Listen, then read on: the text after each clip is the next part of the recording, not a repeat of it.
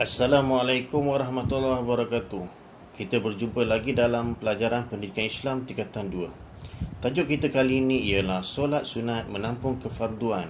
Kepada siapa yang ada buku, boleh buka muka surat 141. Sebagai pengenalan tajuk, mari kita ketahui apa yang dimaksudkan dengan tajuk kita, iaitu solat sunat menampung kefarduan. Baik, pengertian solat sunat. Apa yang dimaksudkan solat sunat ni? Okey, solat, yang dimaksudkan solat ialah ibadah yang dilakukan oleh kaum muslim, iaitu orang yang Islam, orang yang menganut agama Islam. Dalam ibadah ini mengandungi perbuatan dan perkataan yang dimulai dengan takbiratul ihram dan diakhiri dengan salam. Okey. Manakala maksud sunat ialah salah satu hukum dalam Islam, iaitu jika kita melaksanakannya akan mendapat ganjaran pahala, manakala jika kita mengabaikannya kita tidak mendapat dosa. Okey.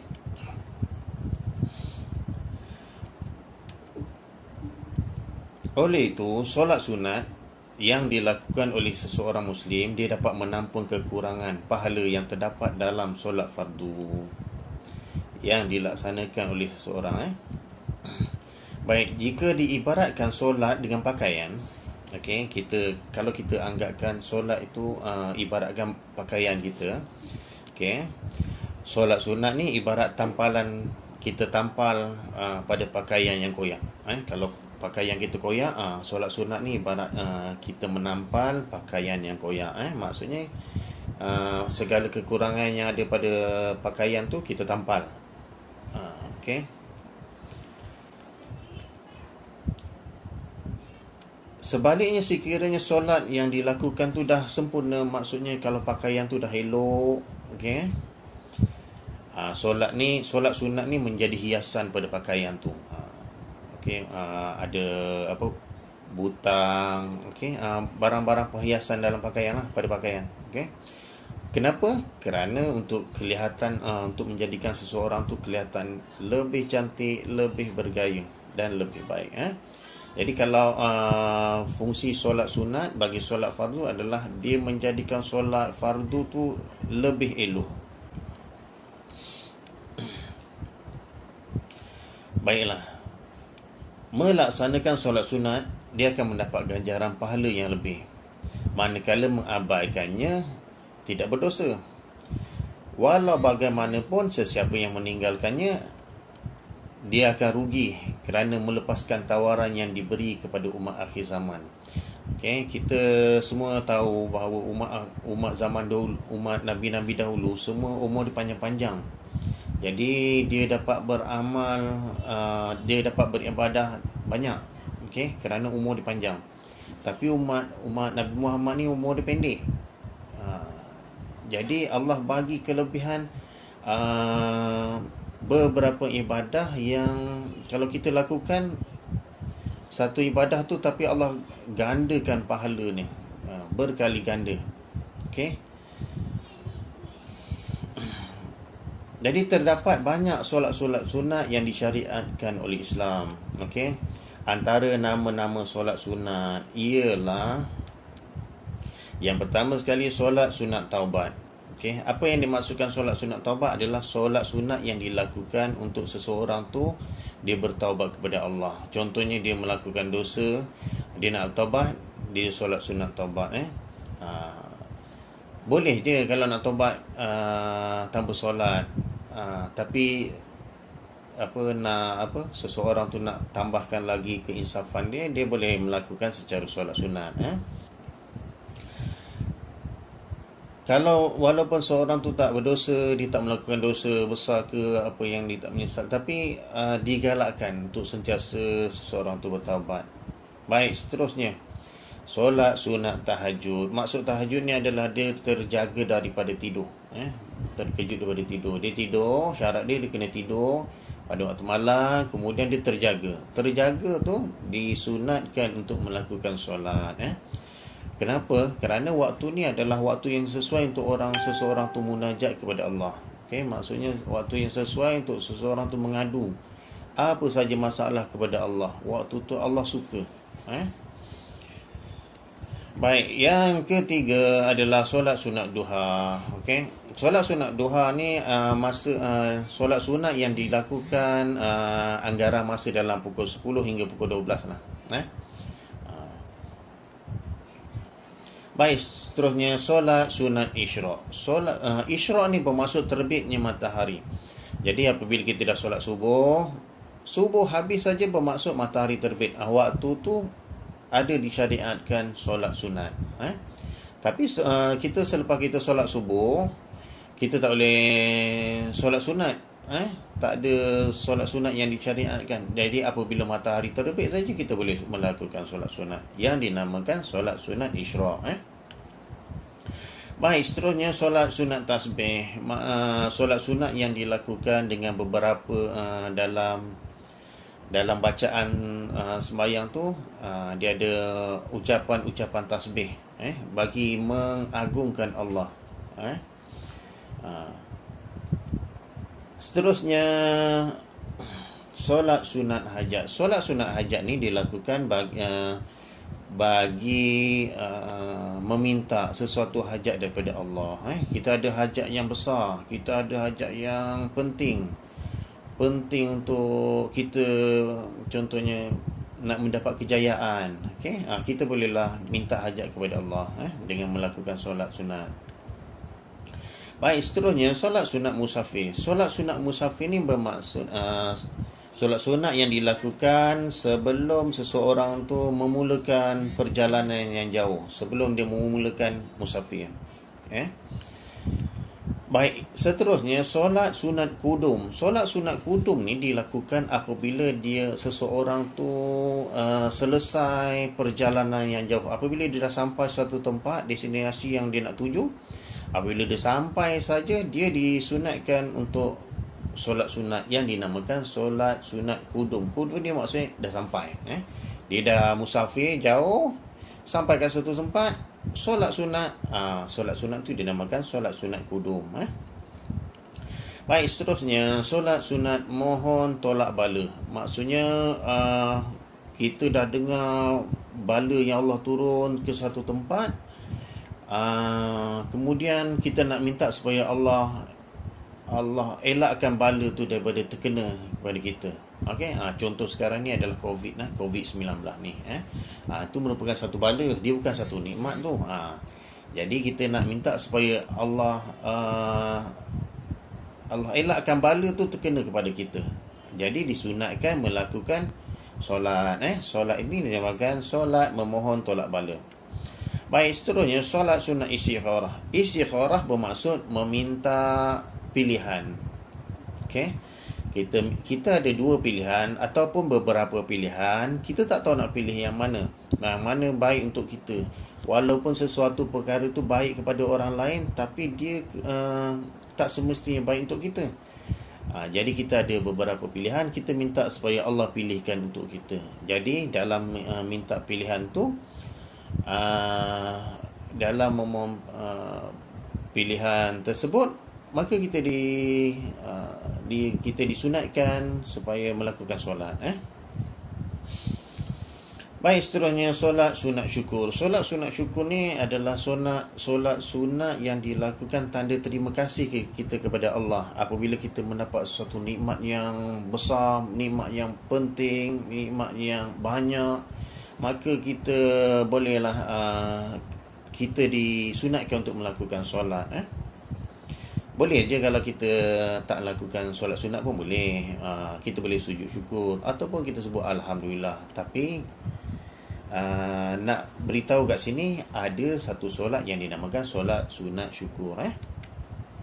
Baik, seterusnya solat sunat Lailatul Qadar. Jadi nama Lailatul Qadar ni merujuk kepada peristiwa yang berlaku pada bulan Ramadan, satu malam yang dinamakan malam Lailatul Qadar. Jadi pada malam tu disunatkan melakukan solat sunat Lailatul Qadar. Baik, seterusnya solat sunat awabin. Solat sunat awabin ni bermaksud ialah solat sunat yang dilakukan supaya kita minta supaya dipeliharakan iman kita. Solat sunat ni. Ia dilakukan pada waktu selepas zuhur. Okey, selepas zuhur dia punya waktu dia. Baik, seterusnya solat sunat memudahkan keluar roh. Maksudnya kita untuk mudah mati apabila ajal kita tiba, kita minta supaya roh kita mudah keluar, senang je lah maksud mati. Jadi disunatkan melakukan solat. Ataupun kita ada kawan kita yang sedang nazak, okey, rohnya sedang dicabut oleh malaikat malaikat maut. Jadi kita nak supaya kawan kita tu mudah untuk melalui proses keluar roh tu, kita bolehlah melakukan solat sunat memudahkan keluar roh. Baik, seterusnya solat sunat tahiyatul masjid. Tahiyat tu bermaksud memuliakan. Okey. Solat sunat ni dilakukan apabila kita sampai saja kat masjid, kita nak memuliakan masjid tu. Okey. Jadi nak memuliakan masjid yang kita pergi tu, mula-mula sebelum buat apa-apa, kita dah wuduk, kita boleh solat sunat tahiyatul masjid. Baik, seterusnya solat sunat hari raya fitrah, bermaksud solat sunat Aidil Fitri. Okey. Kemudian solat sunat hari raya haji, maksudnya solat sunat hari raya Aidil Adha. Okey. Seterusnya solat sunat fajar. Solat sunat fajar dalam maksud fajar ni adalah subuh. Kalau kita pergi dekat Mekah, Madinah, dekat Arab sana, waktu subuh tu dipanggil waktu fajar. Okay?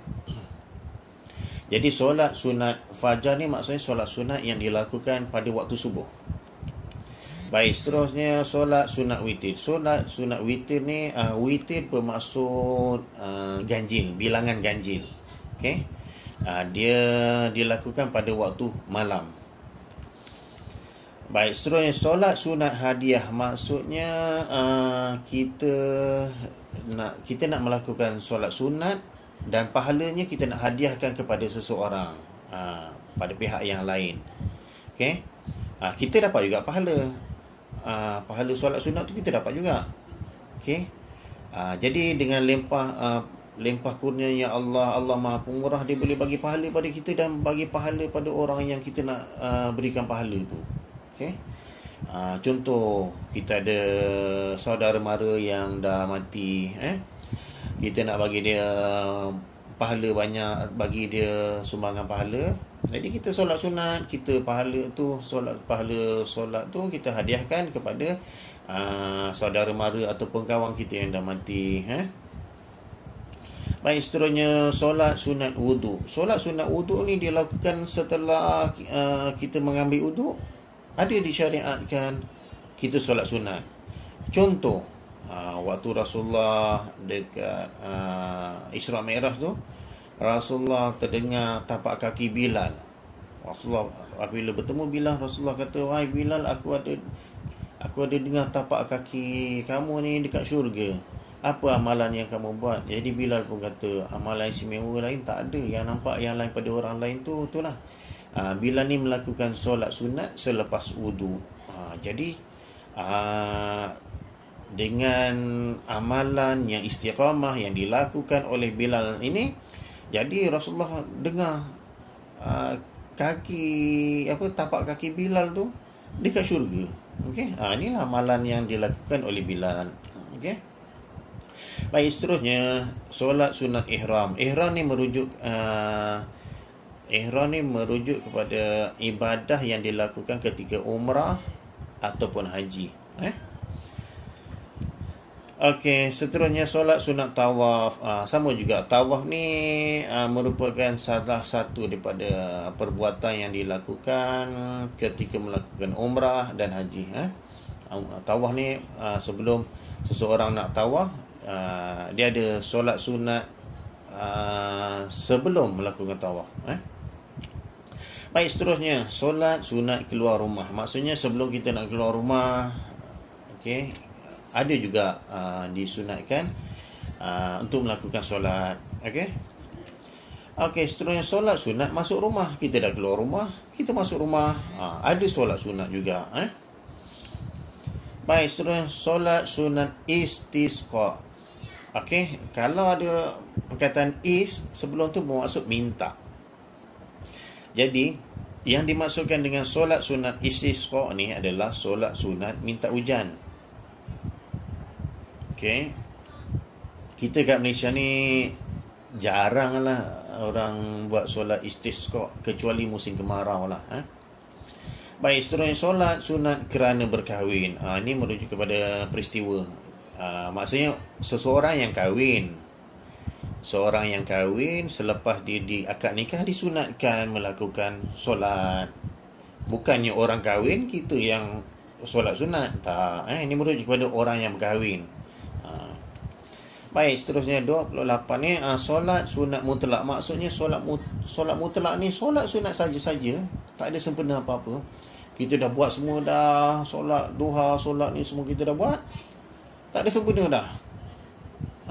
Jadi solat yang tak ada sempena apa-apa tu kita panggil dia sebagai solat sunat mutlak, solat sunat saja-saja. Istilah mutlak tu saja-saja.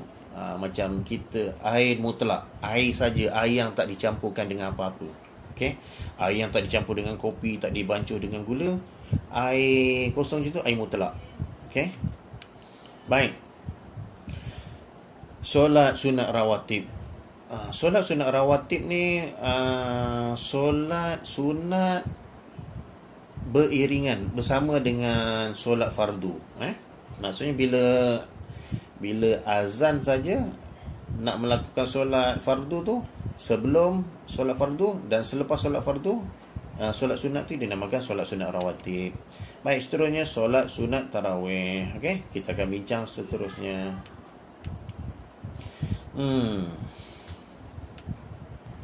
Banyaknya solat sunat, tapi solat fardu pun kadang-kadang kita tak sempurna. Asyik sibuk je. Macam mana nak lakukan semua solat sunat tu Okey, tapi tak apa.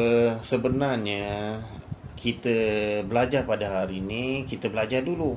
Tapi bila kita ada peluang, satu masa kita ada terluang masa yang banyak, okey, kita boleh amalkan solat-solat sunat yang ada dalam Islam. Baik. Baik, tugasan 1. Okey. Senaraikan 5 nama solat-solat sunat yang anda ketahui. Okey, kita dah sebut tadi ada 30 yang tersenarai. Pilihlah 5. Okey. 5 solat sunat saja. Ada lagi, banyak lagi, tapi kita nak fokus kepada 3 solat sunat kita nanti. Baik, solat sunat ni afdal dia dilakukan di rumah berbanding dengan masjid. Ini berdasarkan kepada hadis Rasulullah SAW yang bersabda, hendaklah kalian solat, iaitu sunat, solat sunat di rumah kalian. Sesungguhnya sebaik-baik solat seseorang itu adalah di rumah, kecuali solat fardu. Solat fardu di masjid yang sebaiknya. Solat sunat di rumah. Walau bagaimanapun, kalau kita bimbang, kalau kita solat qabliyah dekat rumah, nanti kita tak sempat berjemaah dekat masjid, maka kita bolehlah pergi solat sunat qabliyah di masjid. Okey? Baik. Yang kedua, solat sunat ni dapat mengelakkan suasana rumah daripada seperti keadaan kubur, sunyi sepi. Okey, Rasulullah SAW bersabda, jadikanlah rumah kalian sebahagian dari solat kalian. Janganlah jadikan rumah kalian seperti kubur. Maksudnya rumah yang tak ada solat sunat, dia sama dengan keadaan dia kubur. Yalah, tengok kat kubur mana ada orang bangun solat, kan? Baik, jadi fokus kita hari ini kepada 3 solat sunat. Itu yang pertama, solat sunat rawatib, iaitu solat sunat yang mengiringi solat fardu. Waktunya sama dengan waktu solat fardu. Baik, yang kedua, fokus kita ialah solat sunat tarawih.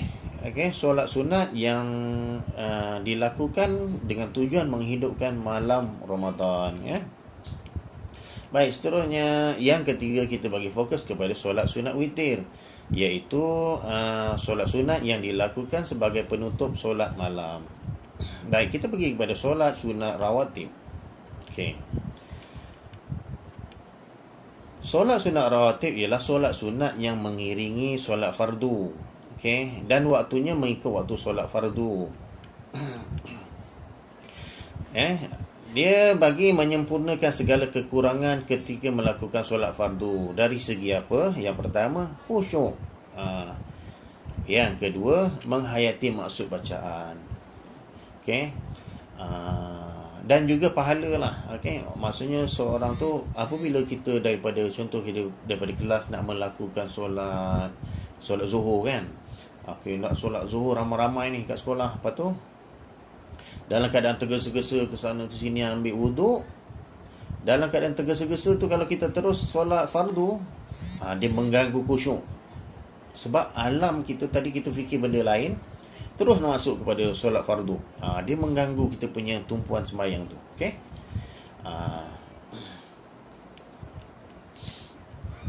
Baik, solat sunat rawatib ni ada yang dilakukan sebelum dan ada dilakukan selepas solat fardu. Yang sebelum tu kita panggil qabliyah, yang selepas kita panggil ba'diyah.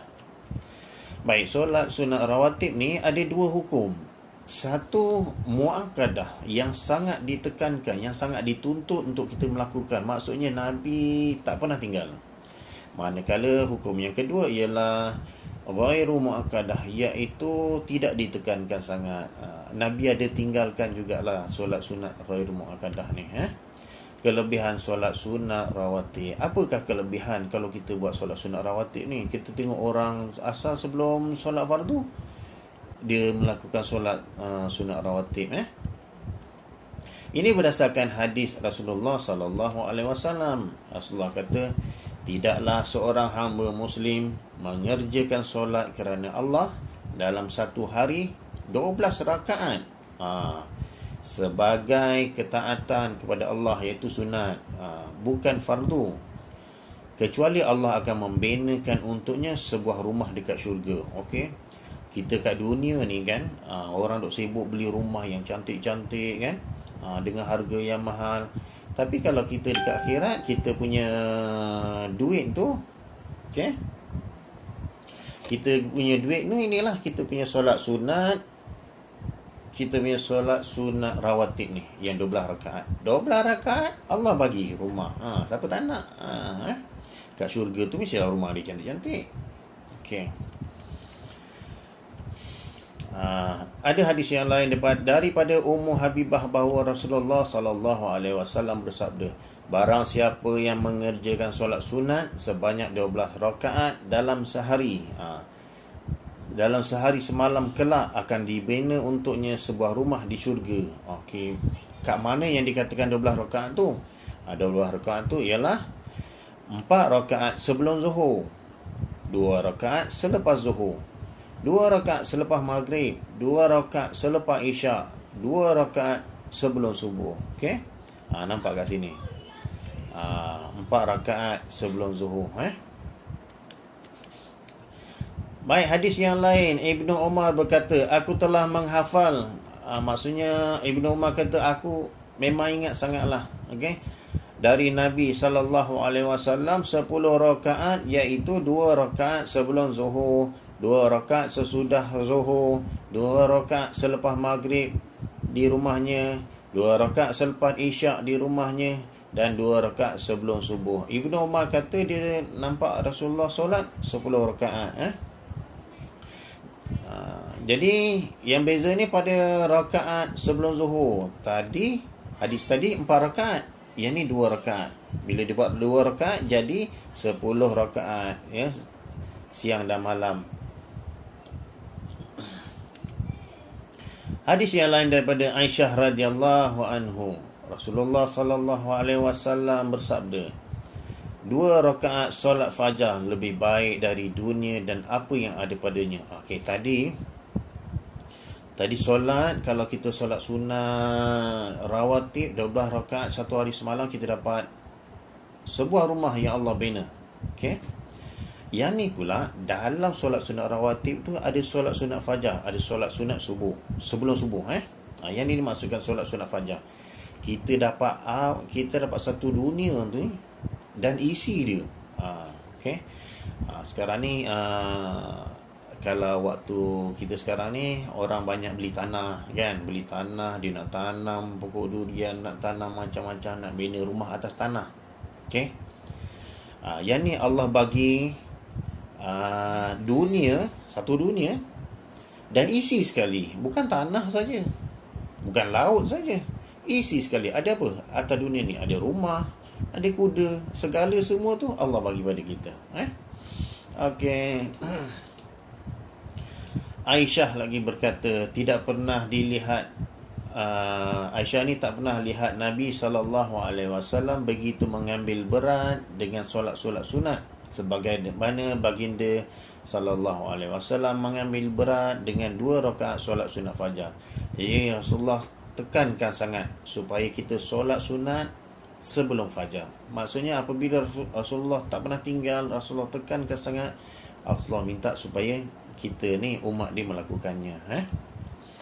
Baik, qabliyah sebelum subuh. Dari segi bacaan dia, Abu Hurairah radhiyallahu anhu berkata, Rasulullah sallallahu alaihi wasallam membaca 2 rakaat solat fajar, iaitu surah Al-Kafirun dan surah Al-Ikhlas. Okey. Ini secara ringkasnya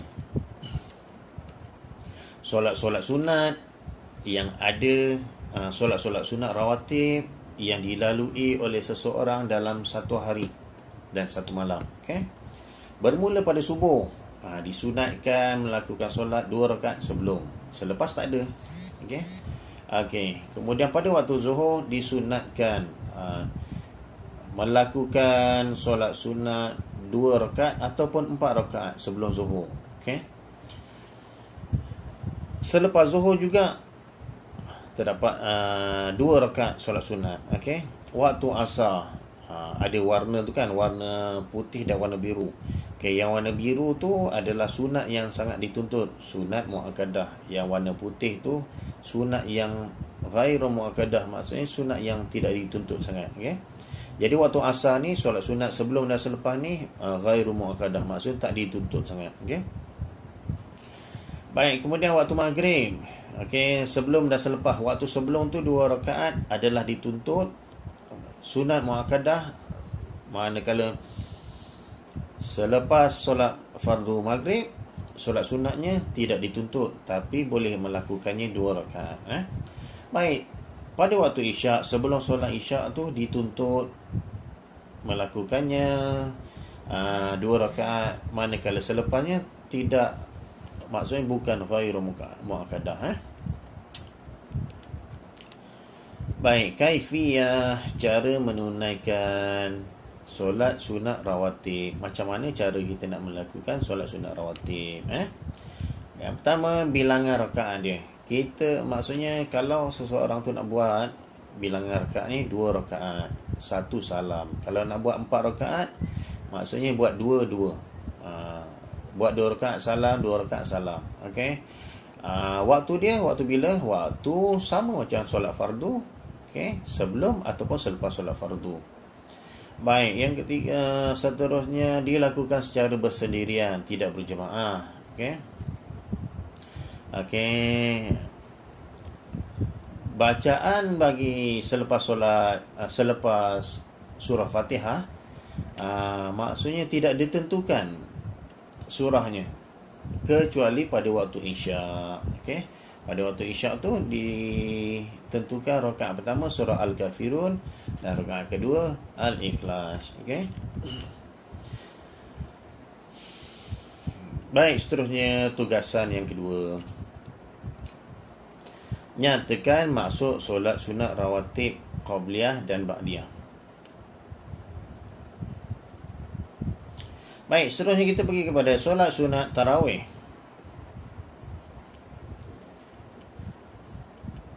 Kita tengok bagaimana solat sunat tarawih ni disyariatkan.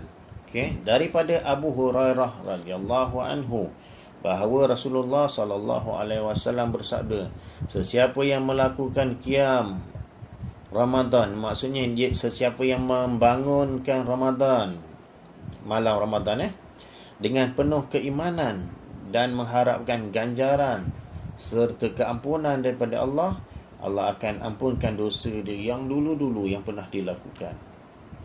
Okay.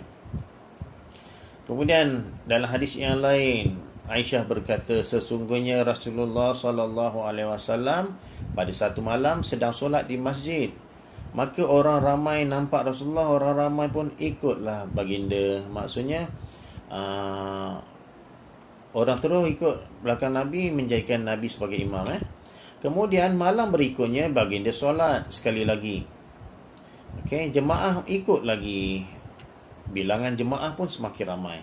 Pada malam yang ketiga ataupun keempat, orang ramai berkumpul dekat masjid tu menunggu ketibaan Rasulullah SAW. Tetapi baginda tidak keluar kepada mereka. Apabila masuk saja waktu subuh, baginda bersabda kepada para jemaah, sesungguhnya aku telah melihat apa yang kamu lakukan, dan tidaklah yang menghalang aku dari keluar kepada kamu, melainkan aku takut solat itu akan difardukan kepada kamu semua. Yang demikian itu berlaku pada bulan Ramadan. Okay?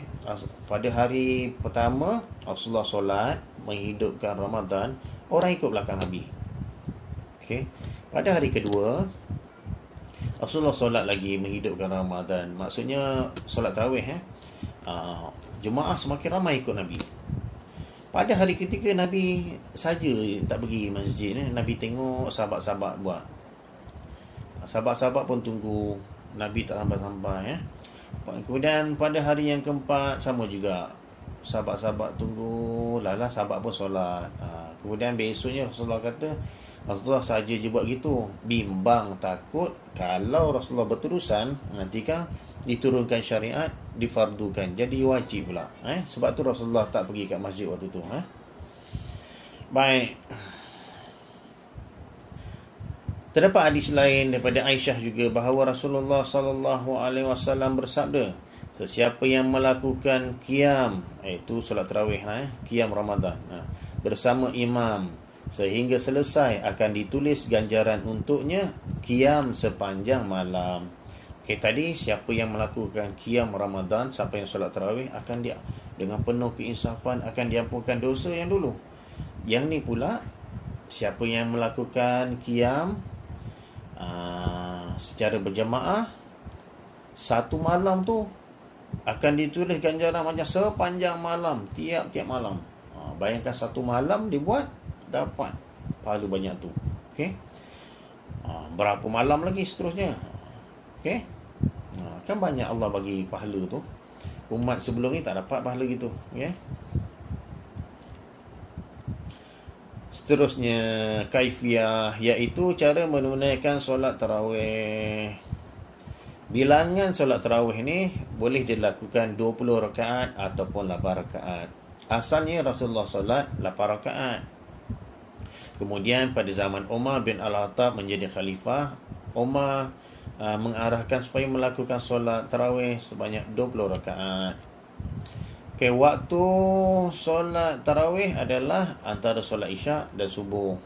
Okay, dan sebelum witir pada malam Ramadan saja, malam lain tak ada.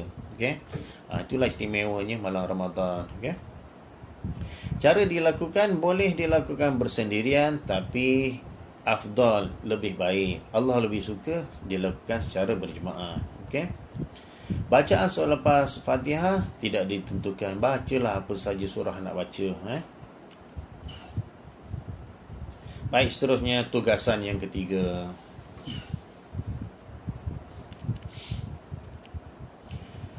Tugasan ketiga ni meminta anda menjelaskan tentang waktu khusus bagi solat tarawih. Okey, jelaskan tentang waktu khusus bagi solat tarawih. Waktu bila khususnya? Okey. Baik, kita pergi kepada solat sunat witir.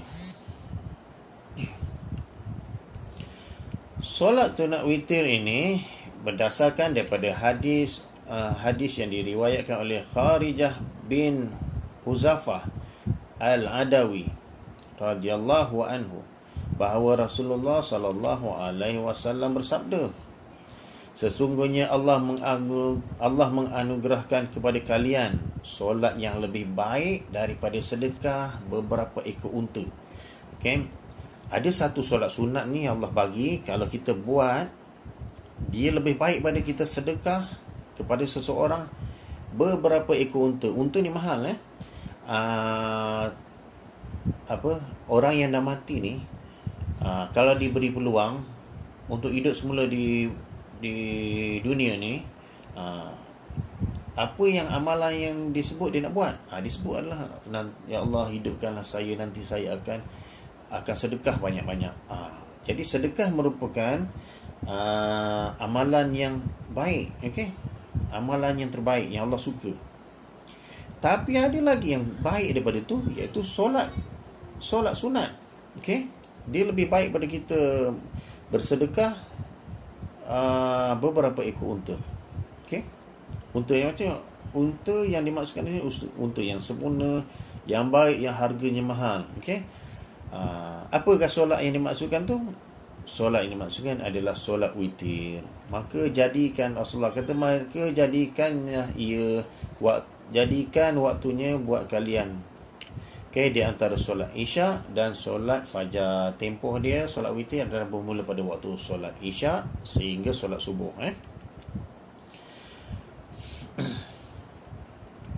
Baik, hadis Rasulullah sallallahu alaihi wasallam, hadis yang lain. Rasulullah kata, jadikanlah witir solat yang terakhir dalam solat malam. Maksudnya dalam solat malam tu ada macam-macam solat kita nak buat. Contoh, kita nak solat Isyak, solat tahajud, solat apa lagi yang kita nak buat, solat tasbih ke. Kalau kita dah buat semua tu, jadikan witir yang terakhir. Jangan tinggal witir ni. Okey, sebab dia punya ganjaran pahala dia banyak. Okey. Baik, Rasulullah sallallahu alaihi wasallam bersabda lagi, barang siapa yang bimbang tidak bangun pada akhir malam, maka hendaklah ia melakukan solat witir pada awal malam. Maksudnya jangan tinggal. Kalau kita bimbang, kita dah tidur lambat ni, buat kerja macam-macam, bimbang tak bangun malam, maka kita boleh solat witir pada awal malam. Dan barang siapa yang bertekad untuk melakukan solat witir pada akhir malam, maka hendaklah ia melakukan solat witir pada akhir malam. Maksudnya, kalau kita boleh melakukan mana-mana waktu, kita pilihlah pada waktu akhir malam, kerana ia lebih baik daripada awal malam. Kenapa? Kerana solat di akhir malam itu disaksikan. Siapa yang menyaksikan? Malaikat-malaikat yang menyaksikan. Dan hal itu adalah lebih utama, lebih afdal dilakukan, lebih dapat banyak pahala. Hadis riwayat Muslim. Ada hadis lain lagi, Rasulullah sallallahu alaihi wasallam bersabda, tidak ada dua witir dalam satu malam. Kalau kita dah buat di awal malam, kita tak boleh buat dah di akhir malam. Okey, satu witir je boleh. Okey. Baik, seterusnya Rasulullah sallallahu alaihi wasallam bersabda, barang siapa yang tidur dengan meninggalkan solat witir ataupun terlupa, maka hendaklah dia melakukannya ketika dia teringat. Maksudnya solat witir ni kita boleh ganti, kita bila qada. Okey. Sama ada kita tertidur, terjaga, bangun-bangun dah subuh. Kita dah solat subuh, dah solat apa semua, kita boleh ganti witir tu. Maksudnya kita boleh qada witir. Okey. Bermaksud bila Rasulullah kata gini, buat sebab ganjarannya besar. Okey, maka hendaklah dia melakukannya ketika dia teringat. Kalau dia terlupa, lakukan waktu teringat. Kalau dia tertidur, lakukan waktu dia terjaga. Okey. Bagaimanakah cara menunaikan solat witir? Ini adalah kaifiyah ataupun cara menunaikan solat witir. Okey, bilangan rakaat solat witir adalah ganjil. Ganjil, tahu kan bilangan ganjil, dia bukan genap. Okey, 1, 3, tapi dia had sampai 11 rakaat je. Bermaksud 1 rakaat, 3 rakaat, 5 rakaat, 7 rakaat, 9 rakaat dan 11 rakaat. Tak ada yang lebih pada 11. Baik. Dia dilakukan pada setiap malam. Okey, selepas solat Isyak dan solat sunat yang lain. Sebelum masuk waktu subuh. Sunat dilakukan pada akhir malam. Bangunlah awal sebelum waktu kita nak bangun subuh tu, cuba ikhtiar. Kita usahakan supaya kita dapat bangun awal. Jadi kita boleh buat macam-macam solat sunat waktu tu. Dia boleh dilakukan bersendirian dan boleh juga berjemaah. Pada hari bulan Ramadan tu, orang buat secara berjemaah kan. Bacaan dia, rakaat pertama baca surah Al-A'la, rakaat kedua Al-Kafirun, rakaat ketiga Al-Ikhlas, Al-Falaq dan An-Nas. Yang ni yang biasa yang imam-imam di masjid buatlah pada bulan Ramadan Tapi kita bolehlah baca surah apa saja yang kita nak baca. Kalau kita hafal surah panjang, bolehlah baca surah panjang sebab kita menghidupkan malam. Okey. Baik, disunatkan membaca doa kunut pada waktu malam ke-16 hingga ke akhir Ramadan. Baik, tugasan keempat, jelaskan tentang bilangan rakaat bagi solat witir. Baik, hikmah melaksanakan solat sunat. Apakah yang seseorang tu dapat jika dia melakukan solat sunat? Okey, yang pertama, dia dapat sempurnakan kekurangan solat fardu. Solat fardu ni kalau dilakukan dapat satu ganjaran pahala. Contoh tolak kita gerak sana gerak sini, lepas tu dengan kita hayal, dia jadi solat fardu kita jadi tak sempurna. Jadi solat sunat ni lah yang menampung mana-mana yang tak sempurna tu. Okey, dahlah sembahyang seorang, pahala satu. Koyak sana koyak sini tak cukup satu. Okey. Kalau solat berjemaah dapat 27. Okey, tolak tak khusyuk, tolak hayal apa semua, dia kuranglah daripada 27. Dengan adanya solat sunat, dia dapat menampung, menyempurnakan kekurangan yang ada pada solat fardu.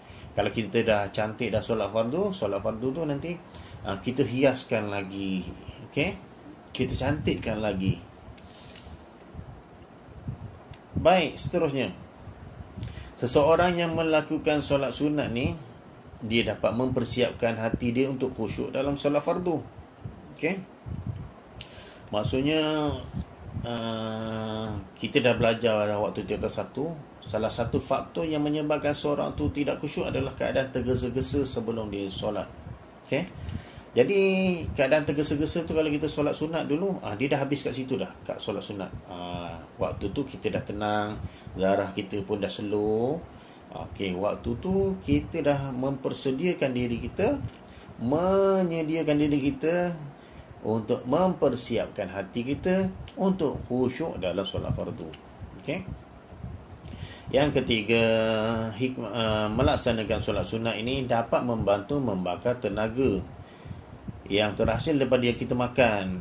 Makanan kita tu, kita kena gunakan tenaga tu sebagai kalau bulan puasa kita makan pada waktu buka puasa tu, waktu kita solat sunat tarawih tu kita gunakan tenaga tu. Okey, tak adalah tenaga tu kita makan waktu malam, dia terkumpul, kerja tidur, kumpul lemak. Satu hari lemak banyak ni, terkumpul banyak-banyak jadi gemuk. Okey. Baik, solat sunat juga dapat meningkatkan metabolisme badan. Okey, bila meningkatkan metabolisme badan ni, dia akan menurunkan berat badan. Okey, jadi maksudnya yang gemuk tu akan jadi kurus, yang kurus tu dia maintain. Okey, dia beza tau. Kalau orang yang melakukan senaman, dia punya kurus ni tak sama dengan orang yang kurus kelengking tu.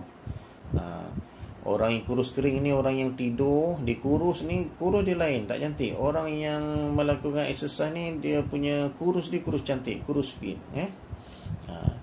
Jadi siapa yang melakukan solat sunat ni, dia dapat mengelakkan diri dia daripada menjadi seorang yang gemuk. Okey.